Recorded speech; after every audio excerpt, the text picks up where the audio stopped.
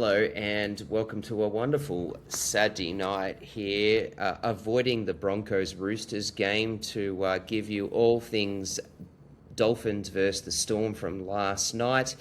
Hope everyone's well. This should come out tonight. Hopefully, it'll all be depending on how my internet's going to go and how the upload speeds and everything happens at the end of this. Aaron, but how are you, buddy? Yeah, I'm good. I don't know if I'm getting used to losing or I'm not sure what it is, but I feel a little bit better after that loss. There was a few things there that, at least whet my appetite for some decent footy, and a lot of positives to come out of that one, even though we still lost, which is disappointing. We had it in the bag again, and the second half in particular was not one I want to remember, but some positives to come out of it. So yeah, I don't know if I'm getting better at losing or I'm enjoying the positives. I'm not sure. I think losing becomes habitual, as the saying says, and I feel like that's kind of where I'm feeling myself. I am definitely very disappointed about last night, but I do see some positive signs, but I'm not as cherry rosy as what you are. In terms of that, you're right, the second half, but I'm actually going to go probably 50 minutes, about the 30-odd minute mark when they start the Dolphins started to take over, limit their errors, showed a bit of class, and from that point on, I'm quite disappointed. Sponsor shout out to Freedom Finance Group, Con and the team. Hopefully we get him on I'm trying to get him on the podcast on Tuesday, Aaron, just to do a bit of an RBA announcement. So hopefully he can come on and you can put a face to the name. It's always good to be able to put a bit of a face to a name like this, especially when you're spending such big dollars. So we'll see what that happens. I've got a phone call on Monday to confirm that, but hopefully that comes up. But he is an absolute champion, and as you know, as you just heard, the RBA are meeting on Tuesday. So we don't quite know what's going to happen. So whether they raise the rates or what happens. So we'll just see what goes down with that. Also want to just give a quick shout out to our jersey giveaway, which has just gone nuts. We've got over 100 comments. There are some that are double comments. We've got about 50 odd shares. There's City Sports, who are giving the jersey away and helping us to do this, have, I think, got at least another 100 or so followers. So there's a few people in there trying to give them a follow, which is fantastic. The SE Spectrum has an extra amount of numbers that have come through the last few days, which is fantastic for some of those bonus points. All you have to do is go onto our page, follow Purple Rain on Facebook, then get into the post, like that post, tag someone on the post, and you get one entry.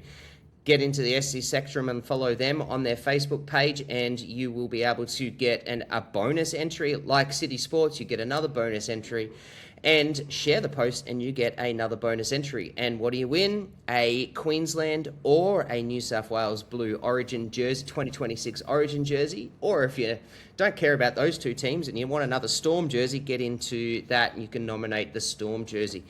And that's our jersey giveaway, which is proudly sponsored and donated by City Sports, so get around them.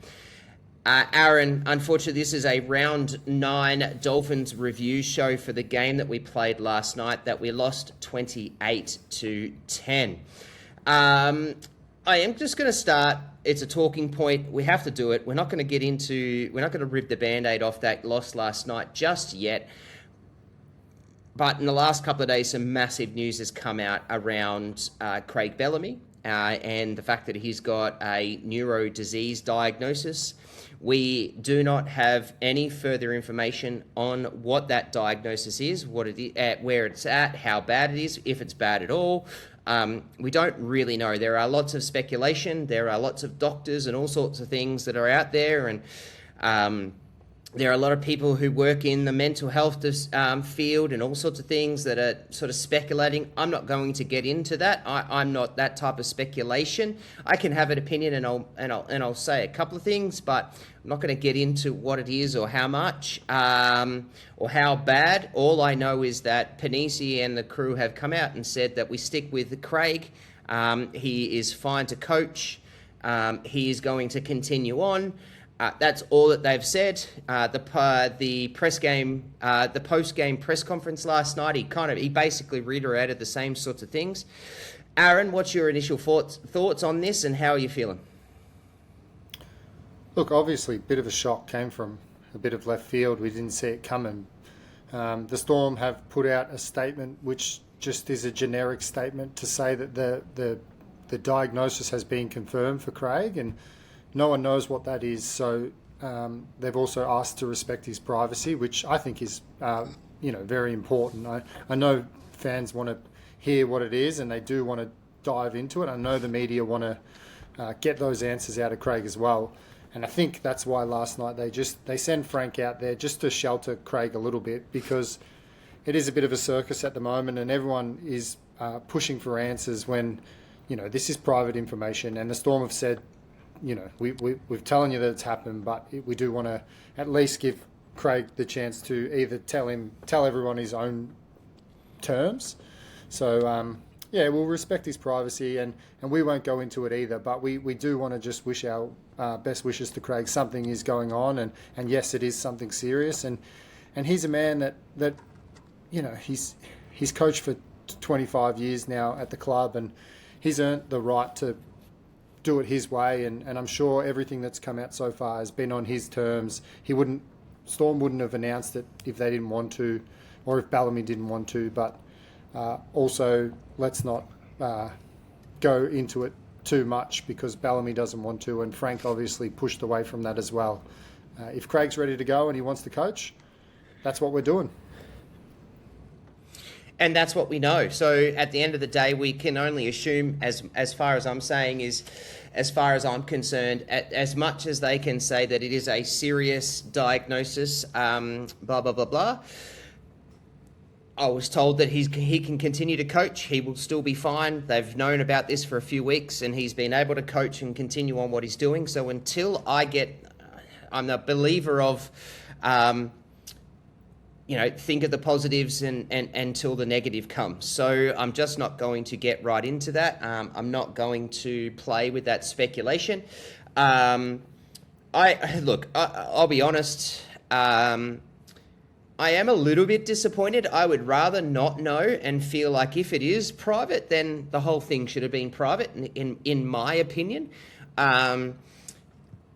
Unfortunately, this has created or instilled a lot of fear in a lot of people. Now, I love Craig, and I watched him at the end of the game yesterday in the rooms and things, and he was just so dejected and deflated. And I don't know if it's obviously there's a part to him about this diagnosis, but obviously because of all the performances as well, I probably did get quite upset about it, just seeing this guy that I've looked up to for 30 years now and, be the way he was. It was just so disappointing. So for me, I'm a bit disappointed because instantly what people are doing is going straight to the worst, when it could just simply be a nothing thing, and off he goes for the next, few years, living his life as usual, just with this diagnosis. And I understand that there's this privacy thing and all that sort of stuff, and that he's in the public eye and that type of stuff. But when you are so loved and so well respected, and you put something out so, heavy hitting like that, it's just very frustrating that you allow so much openness to be allowed to have as a conversation. The other side of it too is that all it's done is allowed a lot of, I'm just going to say it, blatant fucking dickheads to be able to get into comments and start saying, oh, right, so the timing of this after 6-7 in a row now gives you an excuse. blah, blah, blah, blah, blah. Whereas I think, and there's still going to be a very small minority of people that are going to do that. But I think if you had have come out and just said, okay, so it's Alzheimer's or it's whatever it is, that's going to shut a lot more people up. And then you're going to get a lot more compassion, even from the outside world. So look, that's just my opinion. I don't know if you want to say anything else to that, Aaron. Like you and I have had this discussion back and forth off air. We both sit on different sides of the table, and we've agreed that we both take it differently. I personally think the Storm have done the right thing. They've mentioned that there's something there, and they've kept his privacy wishes to himself. And basically, you need to be on the front foot here. You can't just have Craig in 6-8 weeks, maybe a year or whatever, just pulling the pin after signing a 2-year contract. Like, Craig's in the public eye. He is part of the bigger picture, and it is for a couple of years now. So whether Craig can get through those couple of years with this diagnosis, that's not, we don't know. We don't know what it is. We don't know if he's going to be able to function normally, or we don't know if it's coming on faster than, because we are in the dark, and that's your side of it. But I think that the Storm just needed to get on the front foot here, and then hopefully those dickheads that are just going to say we've lost 8 games and now Bellamy's trying to jump off a sinking ship. Hopefully the fans and the people close to Bellamy and look, a lot of the community, like I've seen Ricky Stewart giving his best wishes. I've seen Wayne Bennett. I've seen Madge Maguire. I've seen the community and all the people that have a heart getting in there and wishing a man that's just copped a heavy diagnosis some well wishes. And I think everyone should get around him. And if you're not, mate, seriously, like fucking hell, there's things bigger than footy. And if Craig needs to step away, whenever that is, if that was tonight, mate, he needs to step away.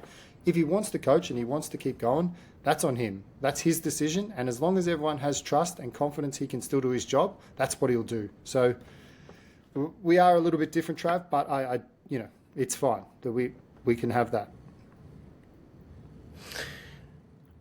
Yeah, unfortunately, what comes with the territory of NRL is some absolute meatheads, and there are a very large, loud speaking meathead community in the NRL, and it's and they come out when things like this come because they froth and thrive at bad news for successful clubs and successful things and successful people, and they're just scumbags, to be honest. And I have no problems with saying that. I just think if you are a scumbag that went into comments and said some of the stupid things that I've read about Craig Bellamy, then unfollow Purple Rain, because I don't want anything to do with you. You're a piece of shit. Like I'd be happy for 500 of you to. I'd be happy for our followers to be halved if that's how you are, because I don't want anything to do with you. Mate, I'm a bit off that, so let's go. I will just touch on this, and I haven't put it in the agenda, so I'm getting Aaron at a sense of a little bit of vulnerability. But Billy Slater's comments in the pre-game interview that he had yesterday around if the call came from Bellyache or the Storm, would he be interested in coming to help out? And he said he would do anything for the Storm and he would do anything for Craig Bellamy. What do you take of that? Look, like initially, Billy's heard about this 2 or 3 weeks ago. Like, this is not new news for Billy. So yes, Billy said that knowing full well what the situation is, because they're good friends, and I'm sure they've talked, and I'm sure they've they know the situation. So Billy said that, knowing potentially that this may come at some stage. Whether it does or it doesn't is a completely different story. But if it does, Billy is just trying to paint a picture that Bellamy's the kind of person that has helped his career and defined his career. So if he needs a hand, Billy will step in. He wasn't just the only one, though. If you heard Cooper Cronk on Fox Sport as well, he had a glowing, like, he didn't say he's going to step in and coach, but he said, like, Bellamy basically made Cooper Cronk the player he was, and he gave all credit to Bellamy and any support he needed. And these big names of the club are getting behind Craig. So I think you'd find a lot of people will be happy to help if something goes down. But as you've said, it's a big if at the moment. It's a lot of people jumping at shadows. I know there's a diagnosis there, but at the moment the company line is we're going as normal, and we are supporting Craig. So I think that's just what we have to do for now. I don't think we can dwell too much on it. I definitely think we had to talk about it tonight, but I don't want to focus too much energy on the bad side of this because it just feeds the fuckheads. Well said. All right, well, let's rip that Band-Aid off, mate. We played last night, 8 o'clock. We played the Dolphins up at Suncorp, so we were away. One team was going to continue a losing streak. It was either us continue on to 7 in a row or the Dolphins get 5 in a row. Unfortunately for us, we lost 28-10. We scored 10 in a row and then allowed 28 straight to them. I feel like this is a very big tale of two halves, and I've got some stats that I'm going to talk about later on, but we were 10-0 up with a few minutes to go, at least in the last 10 minutes. Actually, it was Sua's try, which was just bonkers. Absolutely a wonderful try that he had scored. Again, he's probably 2 weeks in a row scored season-defining, season-best tries, and the world kind of forgets about it by the end of the game because of the situation that the Storm are in. We were 10-0 up and then allowed from that point where they got that try, and then we're very, very close to scoring another one right at the end there that Peel actually punches the ball out and defended it quite well. We lose basically in 45 minutes of footy where we pretty much disappear. Aaron, what happened in the first half to make us so successful? I think I'm having a little bit of trouble with your connection there, Trav. Yep.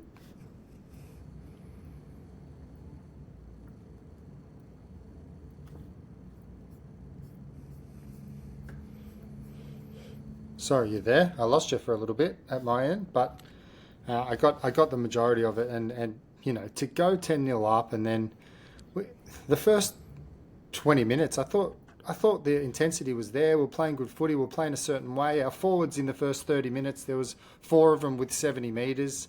Looked like we were having a crack. Munster made a couple of big moments. Harry Grant put Cobbo into touch. They had 4 sets on our line in a row there, and we kept we held our defensive resolve, and we just kept turning them away. And it looked like we'd bought into, you know, some effort and what we'd all been talking that we wanted to see. So like really positive signs in that first 20, even 30 minutes. I thought was really, really good. Lasardi was a clear big in. I mean, he was looking for work. He was dominating contact. He was on the both ends of the field. He was in defense. He was strong, and in offense, he was helping us get the ball out of our end, and that's a good inclusion, and it's only going to get better with him there. But yeah, we kind of went away from that in the second half. Let's not even go to the second half yet, but even at the end of the first half, when Steph went off, we seemed to change our plan a little bit, and then we seemed to. They scored a late try, but I don't know. I just don't think we should have let that happen. That was right before half time. It took the wind out of our sails, and then we went into half time with the hoodoo on our back that's been sticking around for a while, which is our second half demise. And when you go into the sheds, we didn't have the most ball. We were down on possession, and they had something like 21 tackles inside our half, and we had 4 inside our 20, and we had 4 inside their 20, but we were still up 10-4.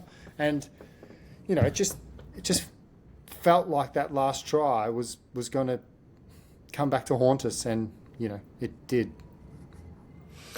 So another great run by Sua, wasn't it? And Hammer chases him down, just holds him down for too long. He knew what he was doing. He didn't argue too much. There was nothing really for him to argue. Do I think it was a bit soft? Yeah, I do. But it's definitely a delay of game type penalty, and he gets sin binned. And I think that was literally the demise of the team. we lost our run. We lost any energy and excitement. We became too side to side. We didn't put any points on in that sin bin, Aaron. And in the second half, from that point, we allowed 28. So basically, we allowed them 28 straight. Yeah, they scored 4 of that before halftime, but pretty much they just owned the game, and they owned every compartment and component of the game. They owned the meters, they owned completion sets, they stopped the errors. I think we're a little bit deceived by what happened in that first half. We were up 10-0. We just did not. The problem was that we did not back ourselves, and we did not put scoreboard pressure on. The Dolphins, I think they went into the half with exactly the same amount of errors as we did, but their errors were just so much worse than us. And horrible. And they were just terrible. They were absolutely terrible, and we just did not capitalise on their poor play. And to only go in at half 10-4 just gives that type of team, who in 2025 was the highest scoring team in the competition, a massive leg up. Yeah, let's remember, like, it was 10-4. We did let in that late one, but like let's remember that Munster had to get across there and had to push a psycho into touch. They got in and they scored there, but like Munster, great effort, and that's what we want to see from Munster. His defense was much better this week, so I give credit for getting there and making that hit, but they did get in there, so they crossed the line there, and then they also crossed the line when someone, I'm not sure who it was, stepped in front of Josh King and stopped the run to the ball. Now that was a clear obstruction. Was it? Yeah, it was a clear obstruction. Like, and Klein said, I seen it live, and it was clear, but they also got across the line there, so they were putting the pressure on. And they had one already very early in the half, declined as well from the bunker. They had 3 tries in that second half, in that first half, that were either no try. 2 of them were no tries and a save.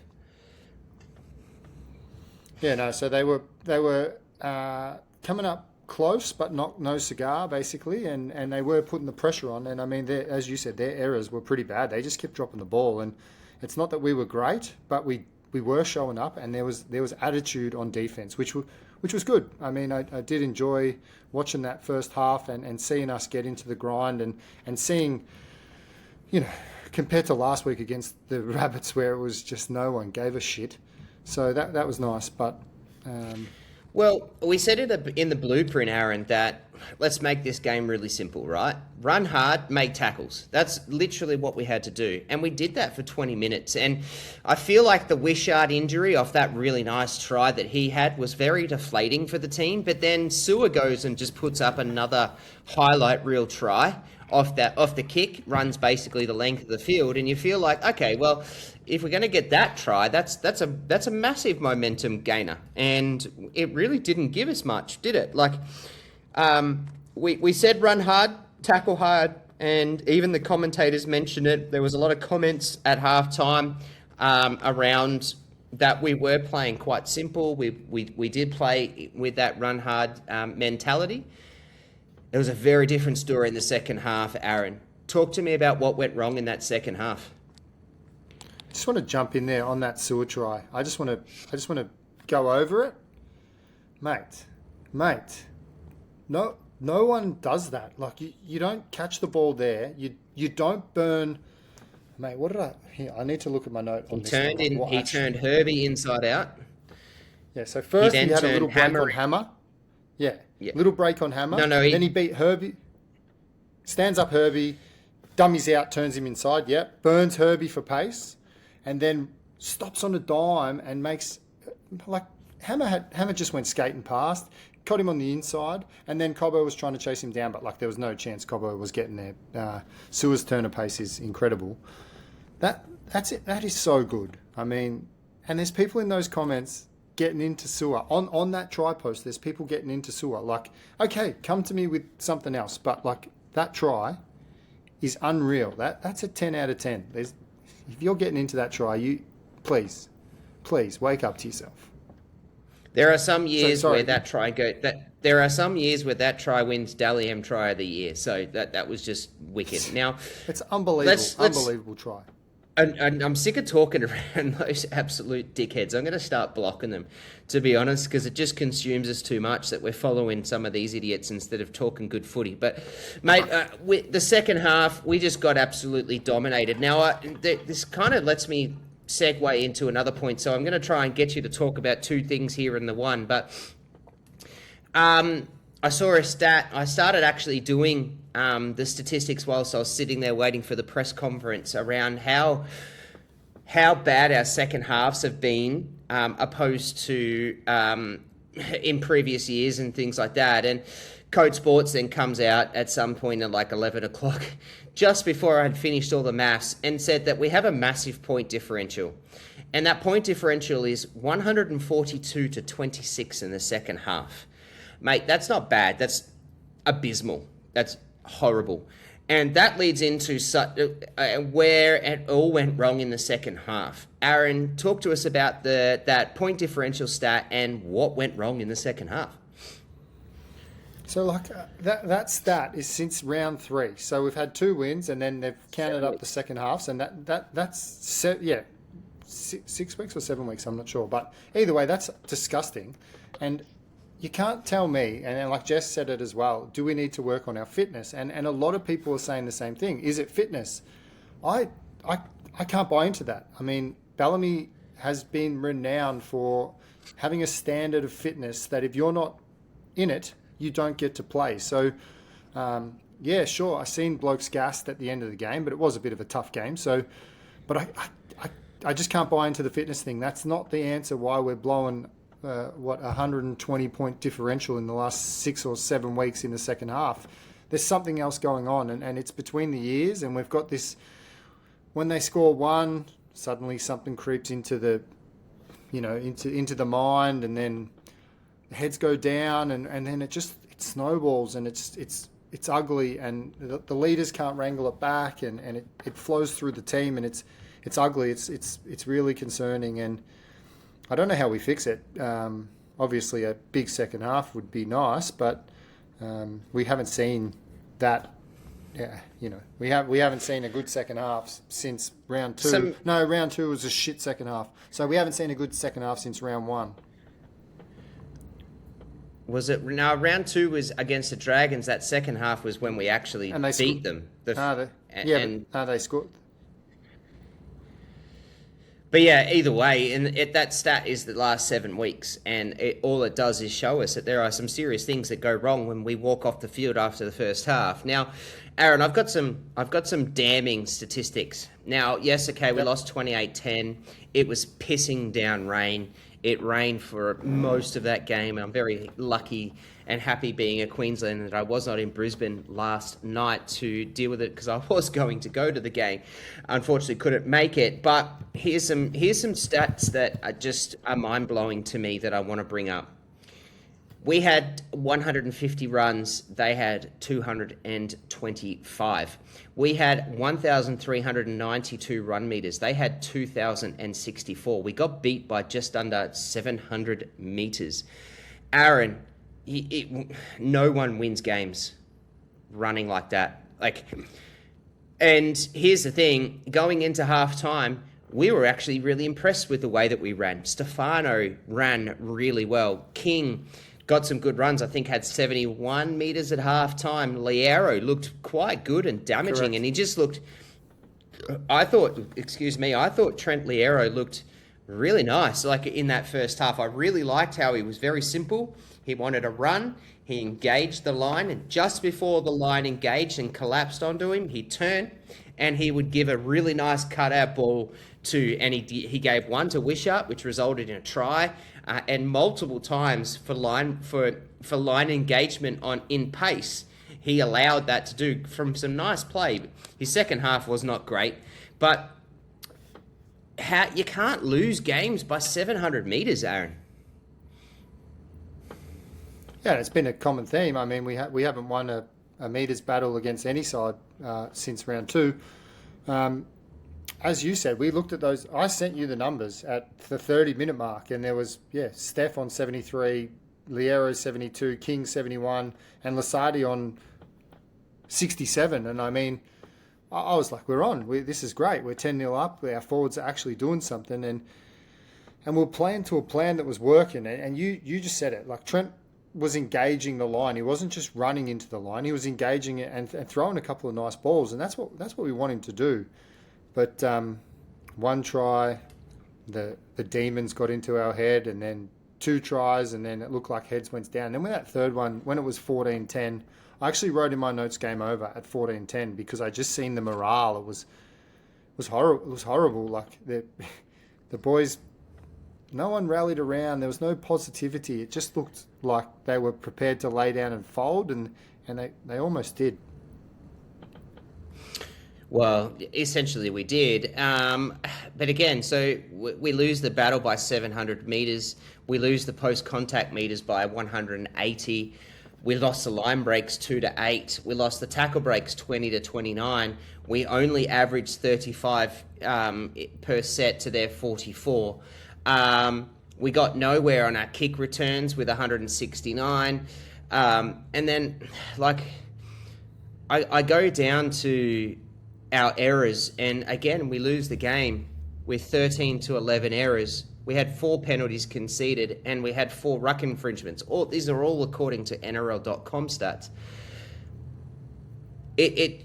We completed at 71%. I get that it was pissing down rain. I get that it was wet weather footy, but that really fits into the way that we should be playing. And to be fair, like, the way that we should be playing when we are on this losing streak is to really just be simple. And it just didn't happen.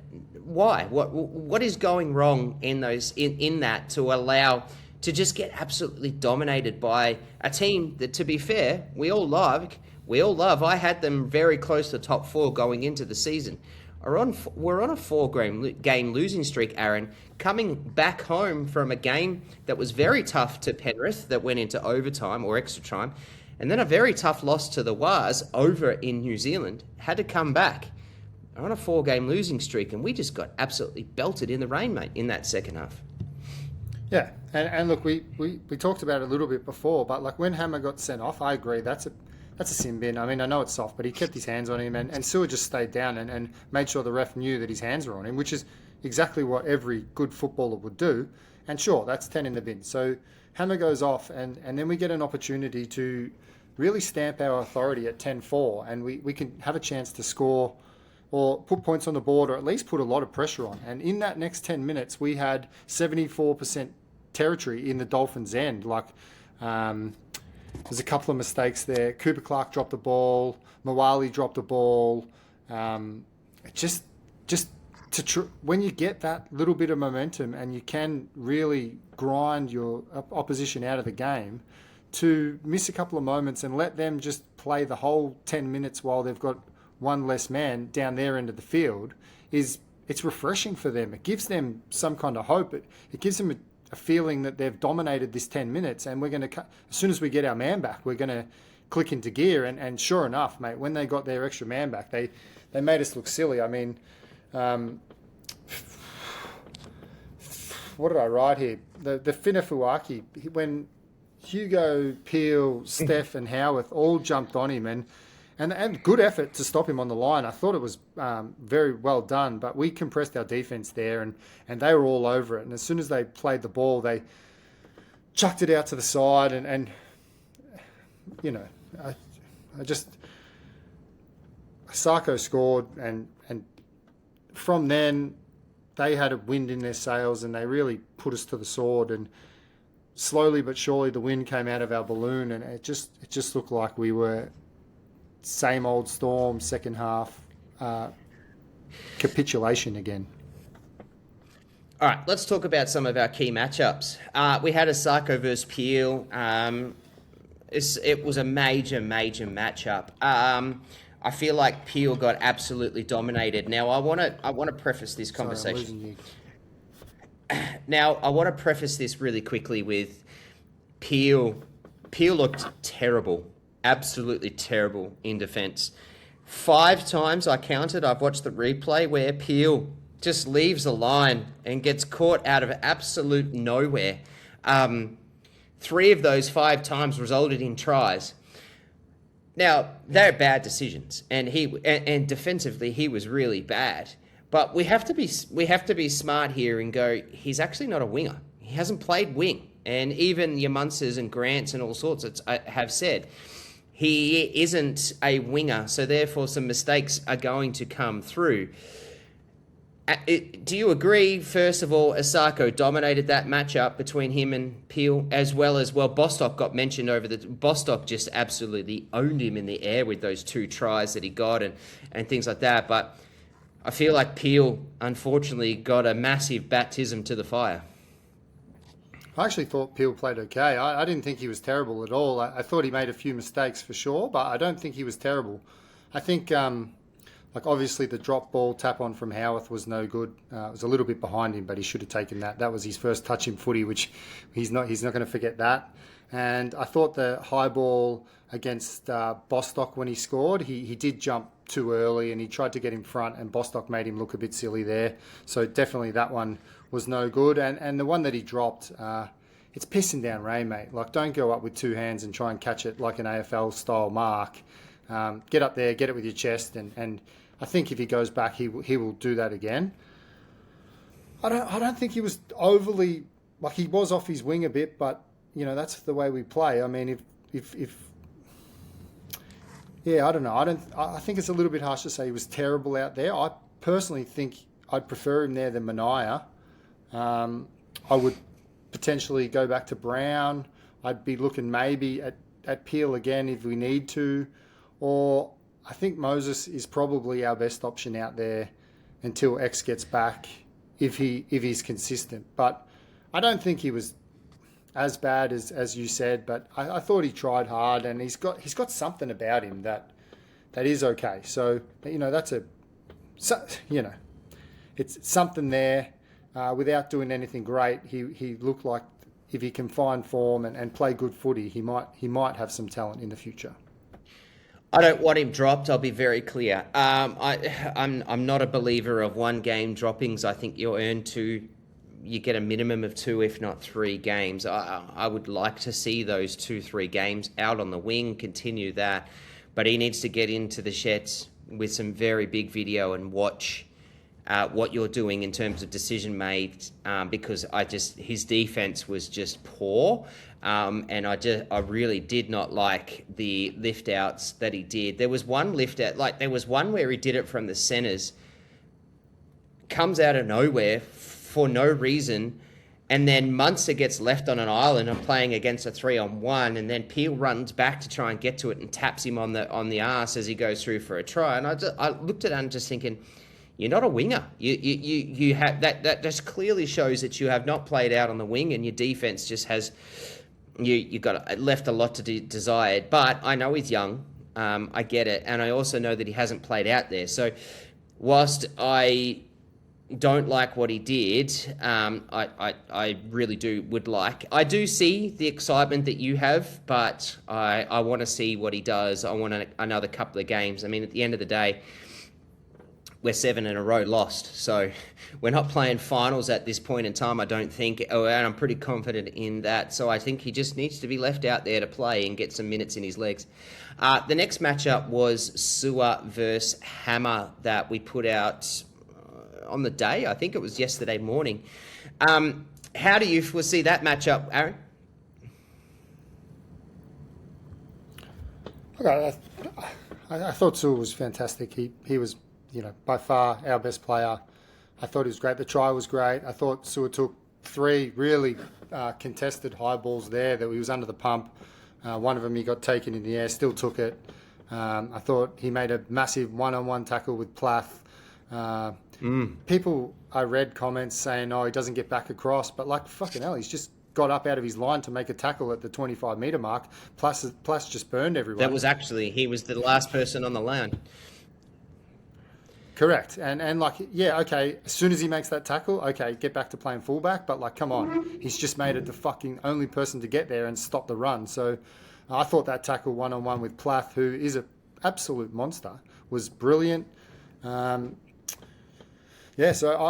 I give Sewer a very, I'm not going to say it wasn't a 10, but he did have a very good game, and I probably think he takes the chocolates over Hammer, who did have a good game himself. He had a couple of good passes, had a try assist, put Cobbo through the line once and played really well. But we're talking about a bloke that's a Queensland international representative coming up against a bloke who's played 30 games, 10 of them at fullback.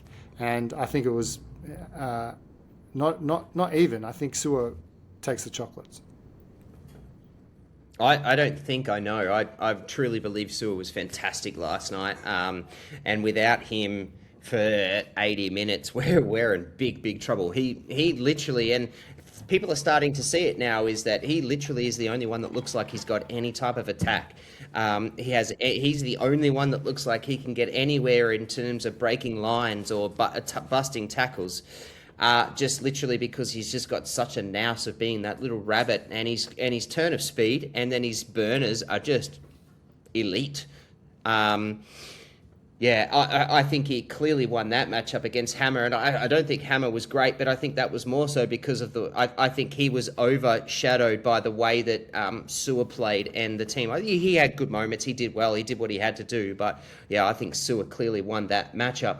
The next one and last point that we're going to talk about is Herbie versus Howarth. Now, we said on the preview show on Tuesday how good Herbie Farnworth is. I actually thought Howarth was pretty good on the week last night.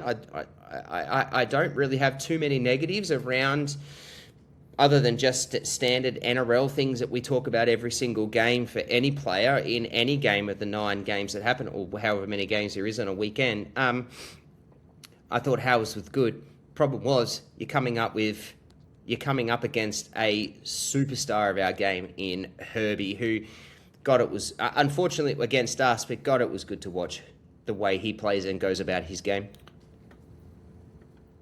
Yeah, I mean, again, we've swapped centres again, and it's the second week in a row where they've moved Meaney and Howarth around, and I honestly think we'll stick with it. So I thought Meaney, although Herbie made 23 runs, 241 metres, when I watched the replay today, I kept my eye on that, and basically, I thought Meaney was the one that took Herbie down majority of the time. So when Herbie was making big meters, he wasn't in front of Meaney. So I'm going to actually say Meaney did an all right job there. And I thought Meaney, he made a couple of mistakes, which they weren't great. But I do think defensively on Herbie, what's it say there? Herbie, 11 tackle breaks, he's a hard man to hold and still 241 meters. But credit where credit's due for Meaney, just to not let him get a try or a try assist, he never broke the line. So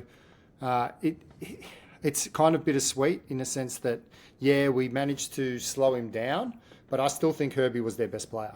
Personally, I thought, mate, Herbie was just a workhorse. He had 23 runs, 267 metres. He just comes at you from all different angles. You can't grab him. He bounces off. He gets second phase play. His offloads are incredible. He is the prototype centre in the competition, and I will take him first choice out of anyone in the competition every day of the week. So good effort keeping him, no attacking stats, no try assists, no line break assists, but again, he killed us. He did. Anything else you want to touch on about the game, mate? My notes here, I just put first, when Asako scored his the Dolphins' second try, I just want to point out, Asako took that ball back to 30 metres on the sideline, and he didn't just kick it from 30 metres on the sideline. He put it through, it almost reached the crowd. Mate, that guy's boot is absolutely phenomenal. Incredible. He's strong. Oh, mate, it's world class. So, for a Storm fan, watching that and thinking about next year, I think we're in good hands with our kicker next year. So I did write that, and then when it was 10-all and there was 20 minutes to go, I was nervous. I kind of had it. I knew it was coming, but a lot goes wrong right there, and I wrote this little patch, and this is when Max Plath picked up the ball and scooped and ran around dummy, got out over the advantage line. And Harry went to turn left, and Trent was retreating and he was in his way, so Harry couldn't get there. And it was just oh, fuck. like Trent, you've just walked straight in front of Harry, who is trying to make a play at Plath, and then King misread which way he was going, and he just left room for Plath to go behind him. And then that's when Sewell made that one-on-one tackle, and then we keep going. Yeah, that was great. And then we keep going, and Trent and Kingy are just walking back to get onside. And when I say walking, obviously they're not walking, but they're just jogging back to get onside. And Kingy just walks straight in front of Tolau, who, he's trying to get to Bostock there, and Kingy's just strolling back in front of him. And it hampered his run. I don't think he would have stopped him, but at least he could have had a crack at it if you don't run in front of him. And then the last bit of that, Meaney is just like up in no man's land, trying to, I don't know what he's trying to force, but he's so far up that there's 3 or 4 meters behind him that Bostock's just like, the sea's open for me. I'm just going to stroll in behind you. You're not going to be able to stop that.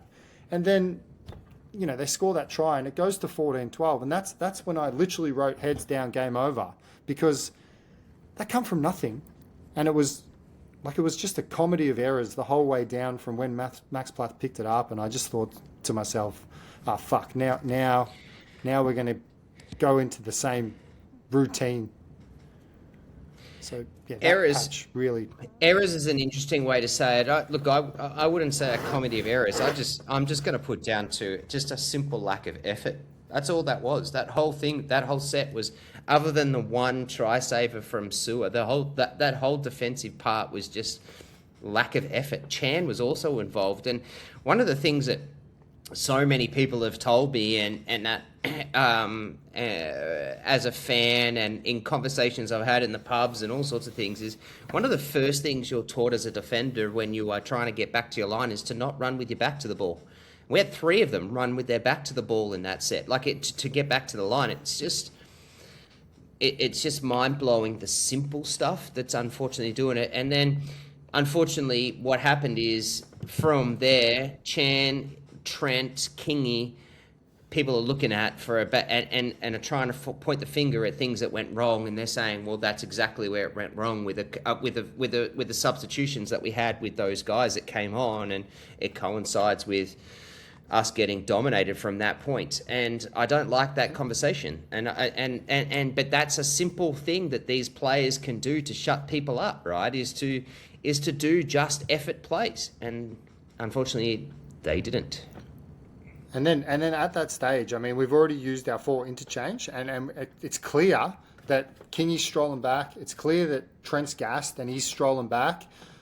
If you've got an extra interchange up your bench, you'd bring Pahulu on and give him a go. And a lot of fans have said, why didn't we put him on? Well, the reason is because we'd used our 4, and we can't. The decision is already made. So you can't go to your 5th man.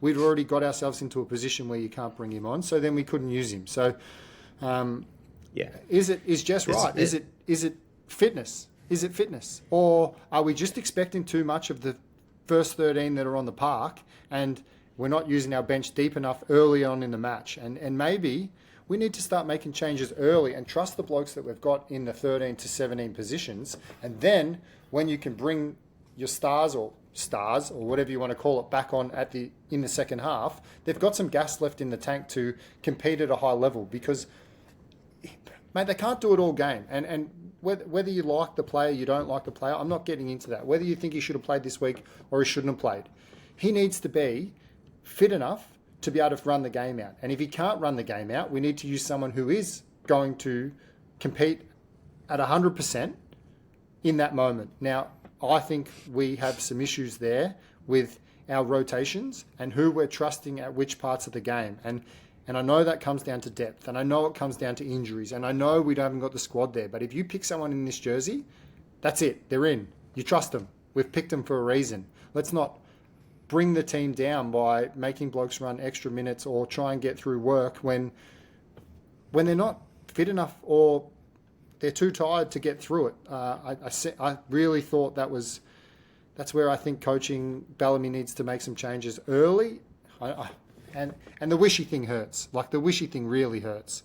I mean, that changed our whole rotations, and I get that. So, I'm probably a bit frustrated here when Bellamy's choices were taken out of his hands a little bit, but I also think but that's it's not NRL. this week only that I'm saying.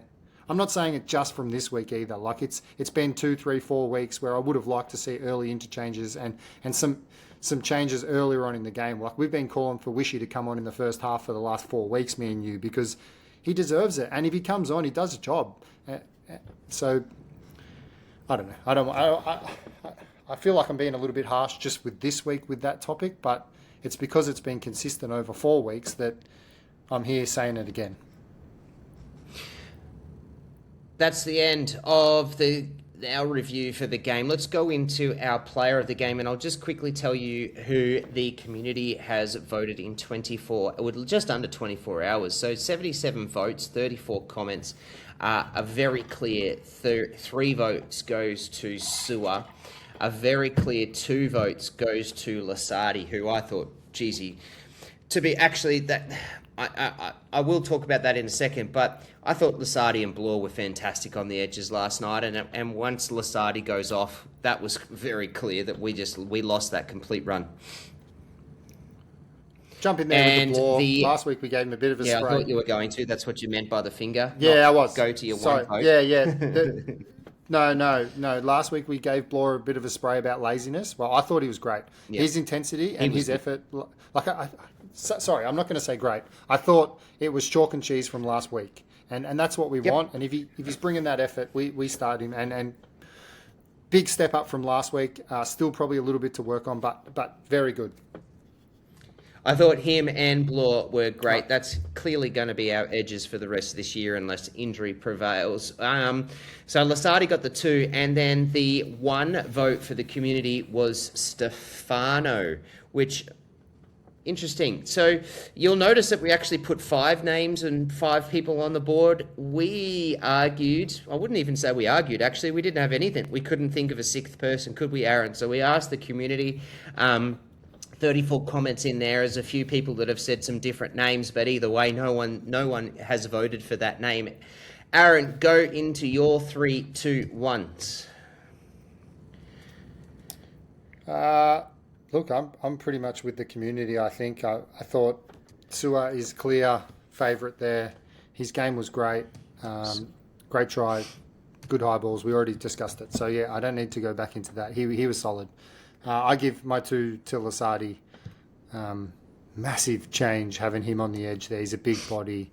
He helps the forwards. He looks for work.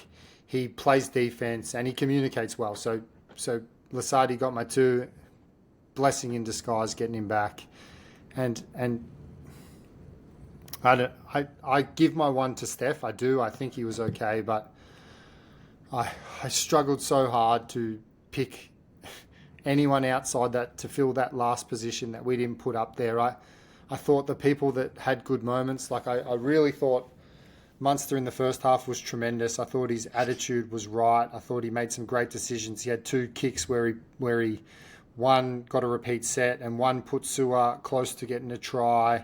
I thought he put a couple of really nice bombs. I liked his effort, but he also did a few things in the second half where, it's not up to standard. So, yeah, I'll stick with Steph for my 1. It was hard outside of that to get anyone that had a complete match, even though there was some sides of good work. Fair enough. My 3 was very easily Sewer. I feel like I'm on a record repeating myself over and over again, Sewer in the votes, but he just keeps putting up. Number 2, I thought that was very easy to give Lasardi, and I agree absolutely with him, and there's no real coincidence that when he goes off, because he just doesn't have the tank coming back from injury, that we basically died in the arse. So he has to be. He was very important, and I'm giving 1 to Bloor. I thought you're right. Like Bloor was good. He wasn't great, but he did what he had to do. And unfortunately, that second half, it wasn't him that was poor. It was the rest of the team, or it was the people beside him that stopped that. I thought Stefano's first stint was exceptional. But I did not notice Stefano for the rest of the game. I think he had 70-odd metres when he went off after his first stint, came onto the second and only got 30-odd. I think he just got over 100 metres. That, to me, it's just not good enough. for a guy who's on big dollars that we are expecting to do better things. King, I sat there on the couch with my wife, and every time I feel like King got the ball, not every time, because he proved me wrong twice, I think, but most of the time when King gets the ball, there's just no damage. There's no venom in his run. He gets marked 1 or 2 meters past the previous ruck ball. And that's when he gets tackled, and then he just gets no drive in his legs, and it just makes no sense to me. But then there was a couple of runs where he actually did get some good meters and did some good things, but and then he tackled, and he got lots of tackles, and that's what he's there for. He's supposed to do that. He's a forward, but that was it. And that effort that resulted in a try just put me off him for that. And I'm a big King believer, so. I really like King, but I couldn't put him in there. And Munster, I thought was fantastic early. I thought he just looked like he was on. He was fighting hard. He was trying to get in the line. He had venom in his tackling. But again, once that sort of early venom was lost, Munster disappeared for the rest of the game. So yeah. Go. Yeah. You were trying to say something. As you said, King, I was, and just with that King, 56 tackles, and a lot of people thought, that he missed 1 tackle from 56. So yeah, of course, his defensive game was tremendous, but that sour taste in my mouth, that last Bostock try where, it's left a bad taste in my mouth. I thought he worked hard. The defensive shining light for me was Lasardi, who made 41 from 41 and just really owned that edge. And I love that. I love that because that edge, well, not just that edge, but that edge needed some love back there. So hopefully, I think Wishy's going to miss a couple of weeks. So Tolau's going to have a big man next to him to protect him there, and I really think Lasardi can do it. So hopefully that gas tank does grow, and hopefully we can get 70 minutes out of him, and I think we can. It's just a matter of finding some match fitness, because 5 weeks out of the NRL is always going to take it out of you. All right, let's move into everyone's favourite segment of the week. I know people look forward to this segment, especially when you're on the back of 7 in a row. People seem to have their gears grinded so much more. So you really want to know what grinds my gears? That's our what grinds my gears. Aaron, let's get you to kick it off. What grinds my gears?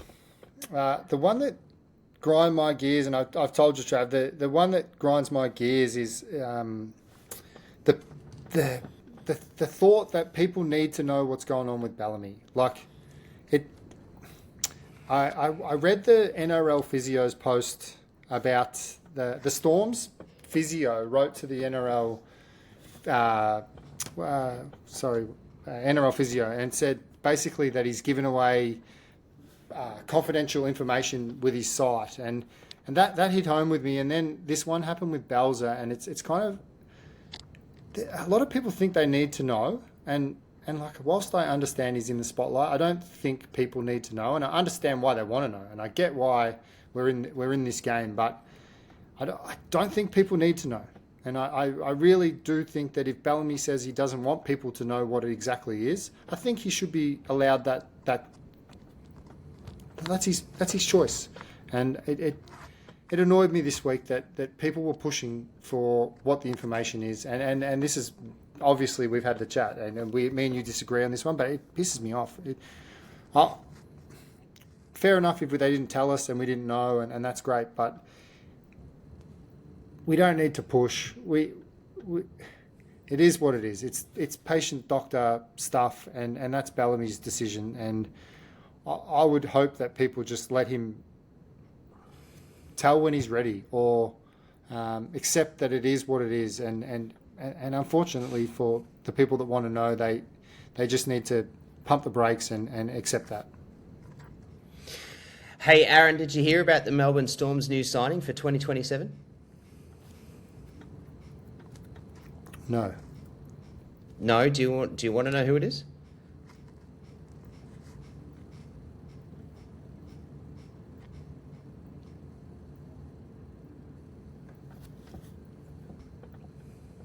I've lost you. I can't hear you.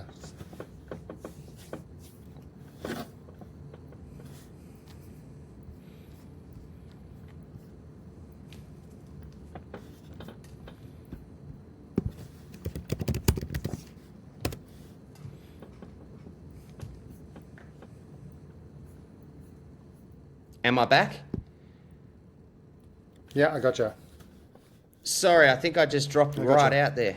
Do you want to know who that signing for 2027 is? No, I don't, because I know where you're going, but there you go. See, because I got like, you yesterday. Here's the thing, right? It's different. But it's not though. The precedent is the same, and I get it. I don't need to know. I don't, and I want to know, and I get that. I'm not playing out like I need to do these sorts of things. But if you're going to tell me, like, I love this club, I love the Melbourne Storm. Shit, I give up, hours of time, and my wife and I, give up hours of time in the background to do content, and so do you, Aaron. And we love this club, and we love Bellamy. And when you see Bellamy like he was at the end of the game, and you shed a tear, it's because we bleed purple and we love it. We're not sitting here saying we want to, like we need to know, we would like to know. You're going to tell us that he's got this neurodiversion or neuro disease, right, at diagnosis. So instantly we all just start to fear the worst. So why do that? And then not only are you doing that, and then turn around and say, okay, well, no, respect my privacy. I've told you this, but I'm not going to tell you anything else. Like, I see that as so hypocritical and even contradictory. It's just such a poor thing to do. Don't give a little bit of information and then literally just drop away and do nothing about it and say, hey, everybody, don't worry about it. He's going to keep coaching. It's like, well, just don't say anything. Like, we don't need to know that shit. Like, we just don't need to know. So if you're not going to tell us all the information in terms of, okay, well, it's Alzheimer's, but the doctors are telling us that it's going to be 3, 5, 20 years time. Cool. Then that we all sit there and go, all right, no worries. Like, but don't go out there and say, okay, here it is, but that's all you get. But that's all you get. Now deal with it because we're telling you this and that's it. Like, I just find that as perpetually just arrogant and ignorant, and I'm very disappointed that that's the case, because to be honest, don't tell me anything. If you don't think it's enough to tell us what all of the information is, then don't tell me anything. We don't need to know that. We just don't need to know. And to be completely fair, we don't actually need to know about it at all.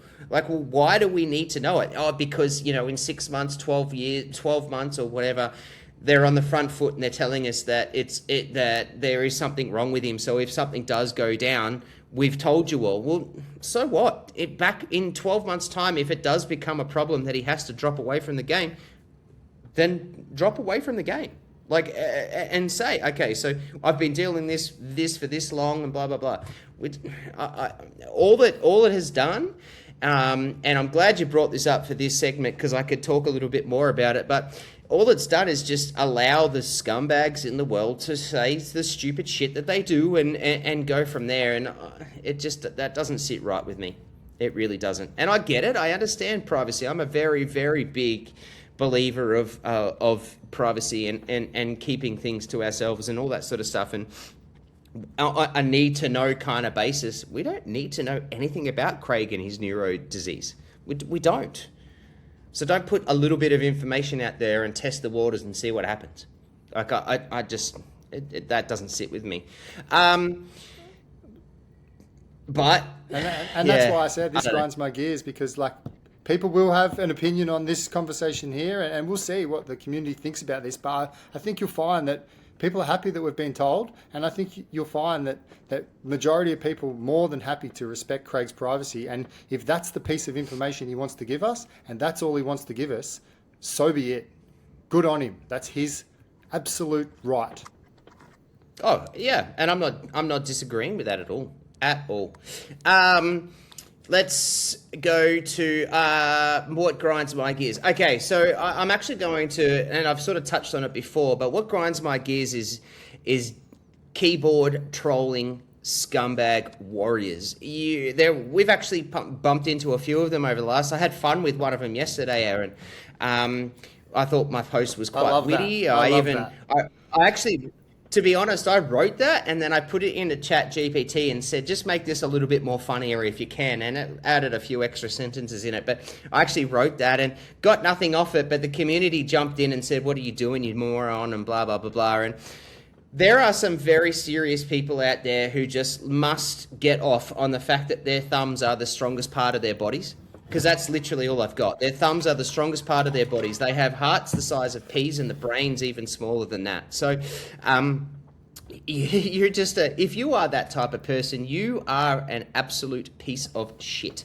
And you grind my gears, and that's exactly what you want. That's what you froth off. Your life is so crap and so shit that you get onto social media and content to have a go at other things for absolutely with no evidence, for no reason, and then start calling people names. Like there was one other one where the Purple Rain page got onto the Melbourne Storm page and had a go at a guy named Jai, and I won't go the full name, but I'll say the Jai, and he goes, no, but he's a Broncos fan and you're all flogs. And we were sitting there, me and my wife sitting there texting, and we were putting it back to you, Aaron, and we were sending it to you so that you could see what we were doing as well. And we were just having fun at a laugh at a douchebag, an absolute wanker, and the things he was saying. And then he comes out and has the nerve to call everyone, or call the F word, and actually it's the FAG word, and all sorts of bits and pieces. I'm like, oh man, you the strongest part of your body is your thumbs, because that's all you've got. Yeah, that pisses me off. That grinds my gears. Just douchebags on social media that now have this belief that they can say whatever the hell they want because they're hidden behind a screen. Look, mate, that comment you wrote and tagged our followers, so make sure everyone sees this is our stance. Like, you want to come into Purple Rain and you want to have a comment or an opinion, bring your comment, bring your opinion. We are all for it. We're not sitting here. We don't have to agree with you. If you think one thing we don't, that's fine. But come with stats, come with a reason, come with a solution, come with an answer. Don't just call someone a dopey cunt. Like, are you... If that's all you've got... He did. I forgot that's what he said. You're the dopey cunt thinking that we're going to care. No, that's what he said. And if that's your genuine argument, mate, piss off. We don't give a shit. Go fuck off. Oh, man. Love it. All right, let's get into French. the community. Nah, because... this is the segment that we can do it, so let's do it. Joey's come up with... And I'm actually going to read a few of these because I think it's important. I know it's shit, but it really upsets me. He said. These are good. There's a few good ones. When bad things happen to good people, Craig Bellamy has done so much, not just for the Melbourne Storm, but for players in general. Helps the lost ones find their way, helps the talented and gives opportunities to ones that have never been given one. He is more than a coach to these men, and it's not just fair what he is going through at the moment. Praying for him. Now, there's something I want to touch on here. How often do we see really tragic, really horrible things happen to really good people, but then there are really shit people that have everything positive and everything good go for them, and it just doesn't make sense. Hey, like the world revolves and spins in such funny ways. Joey, that is a really good point.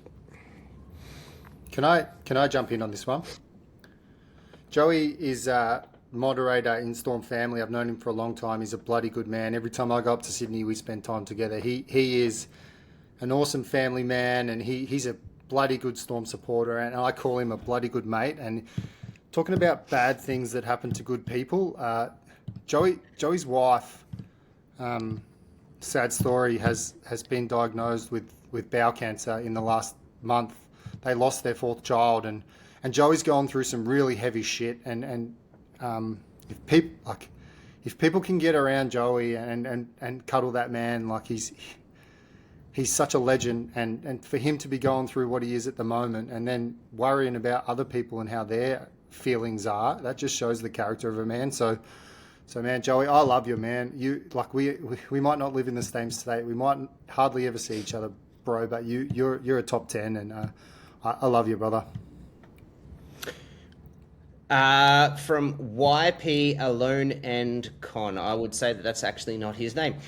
They need to step up in the second half like they did in the first. More defensive effort is needed. I don't care about the attack. If their defense is solid, the rest will follow. That grinds his gears. I think we touched on that pretty well during this podcast, Aaron. Yeah, we did. Yeah. Next message, Vinny, no acceleration. Players need to break through lines, tuck arms in, think skinny and break through at speed. I actually am starting to think that our forwards just don't have it. I don't think we have any speed. I think the only one that we've got that's fast is bloody Sewer.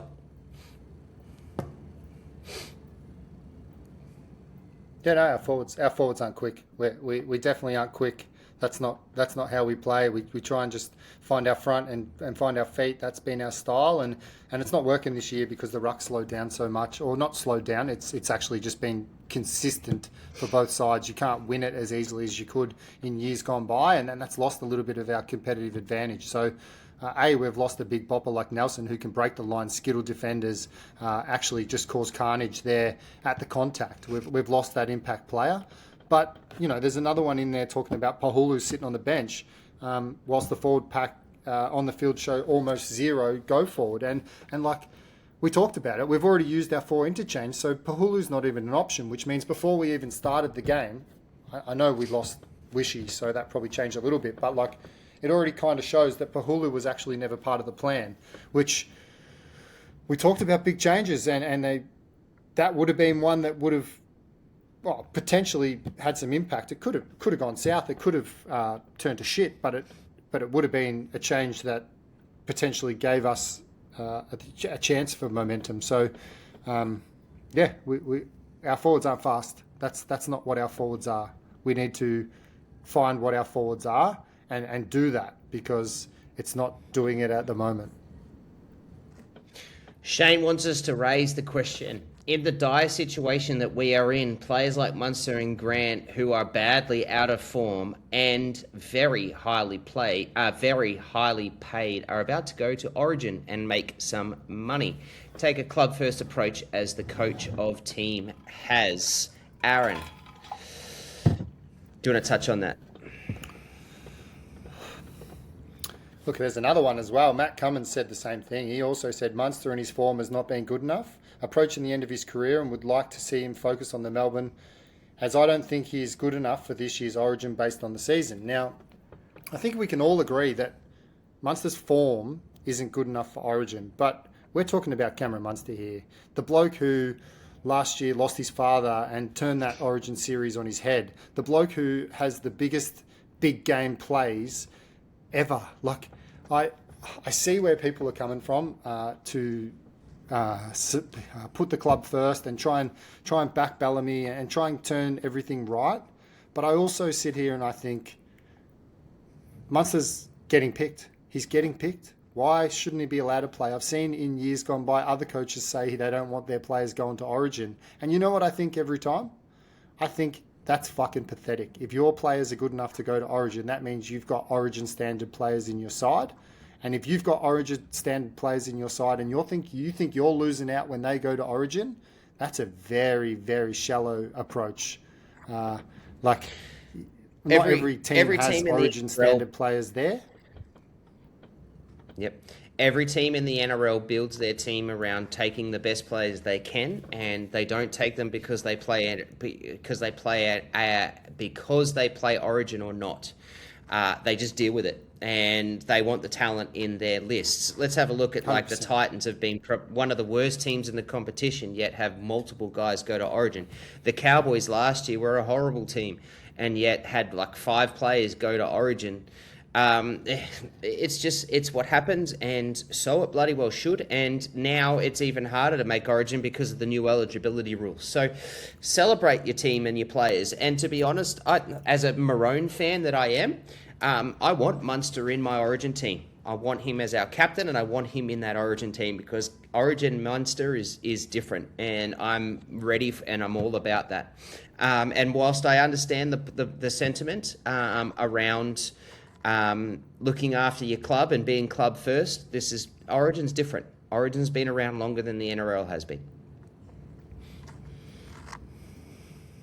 I agree that the sentiment, if it did happen, which I'm not saying it will, it definitely won't, but if it did happen and Harry Grant and Munster said we're going to give up Origin and we're going to focus on the Storm, like let's just say that happens. Yeah, of course, that puts lots of air in the team's tyres, and it does. But it's airy-fairy bullshit. It's not going to happen. So like, it's we can talk about it and we can say that they should, and we can say that a better person would, but that's just someone who's sitting on a couch talking shit. Like, go play Origin, mate. Go and be the best you can be. Go and try and win the game for your state. And I genuinely believe, mate, like, go and play. Like, just because he's not playing well at Clubland, he might go to Origin. It might spark his season. It might turn his, who knows?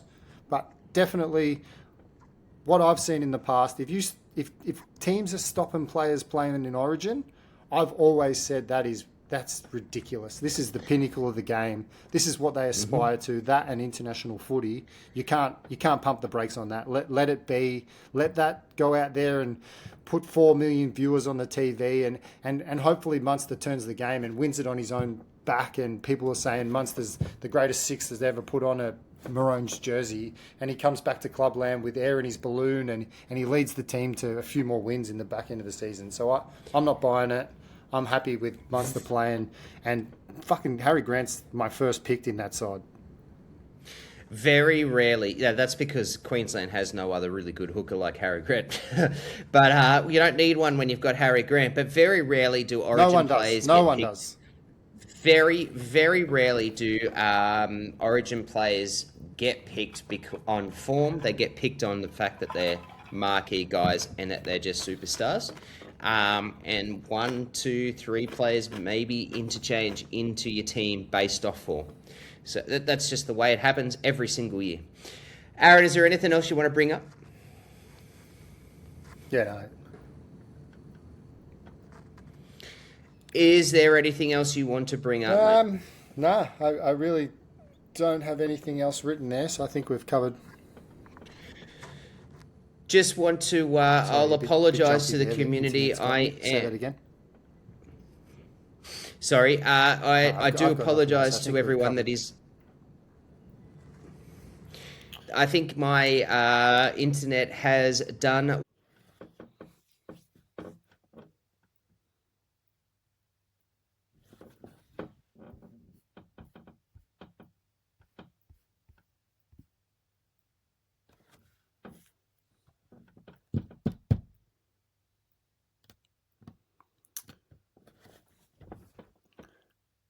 I've lost Trav, so if he's there, he's there. If he's not, he's not. But thanks for listening, everyone, and we'll see you for the team list Tuesday. And hopefully we're getting back on the winners list soon, because I'm overdoing these game reviews for losses. Let's go. I'll see you